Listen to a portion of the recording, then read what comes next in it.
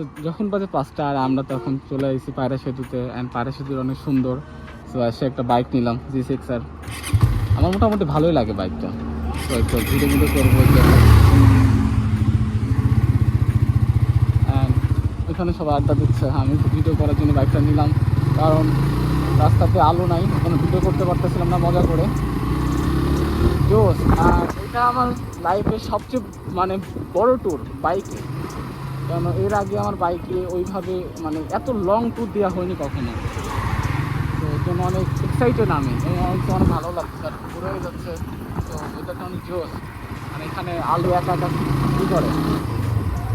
এ bro, একা একা কি করতেছো তুমি? কি একা একা ফিল নিচ্ছে? এটা কোনো কথা হইলো? ওয়েদারটা পুরাই জোস। দেখি ওয়েট,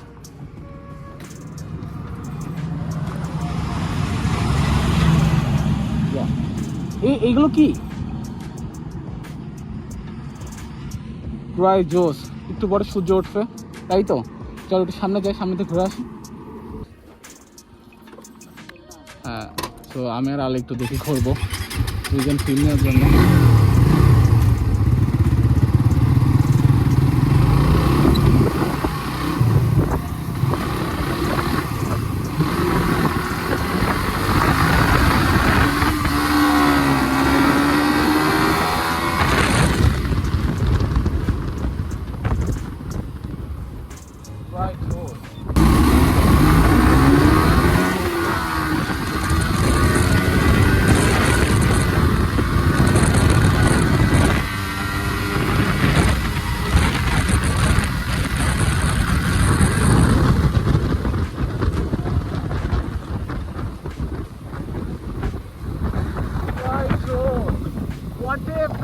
ফিল কি সেই সেই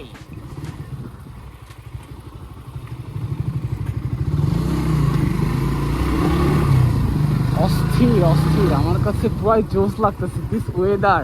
আর ওয়েদারের সাথে বাইকটাও যেরকম যাচ্ছে, পুরাই জোস।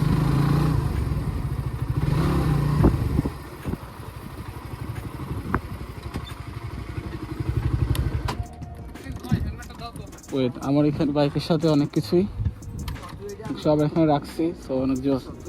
তোমরা ওইখানে কি করো? যাই হোক, ওরা ওইখানে পার্সোনাল কাজ করতেছে। চলো বিষয়, এতক্ষণ কথা বলতে পারতেছিলাম না, কারণ আমার তো ওইভাবে কোনো আলো হচ্ছিল না যে ভিডিও করব। এর জন্য মানে সার পথ কথা বলা হয়নি। এখন একটু একটু ভালো একটা আলো জায়গা পেলাম, এখন কথা বললাম এবং তোমাদের সাথে কিছু কিছু বলার চেষ্টা করলাম, সেই হলো বিষয়। সো সামনে যাই আরও, এখন এখান থেকে মিনিমাম 100 কিলোর আশেপাশে। তো দেখি এখান থেকে সূর্যটা উঠুক, সূর্যটা দেখার পরে আমরা আস্তে আস্তে যাবো। তো ভিডিও যদি ভালো লাগে থাকে অবশ্যই কমেন্টে জানিয়ে দিও ভিডিওগুলো কেমন লাগতেছে, সেই হলো বিষয়। তো দেখতে থাকো।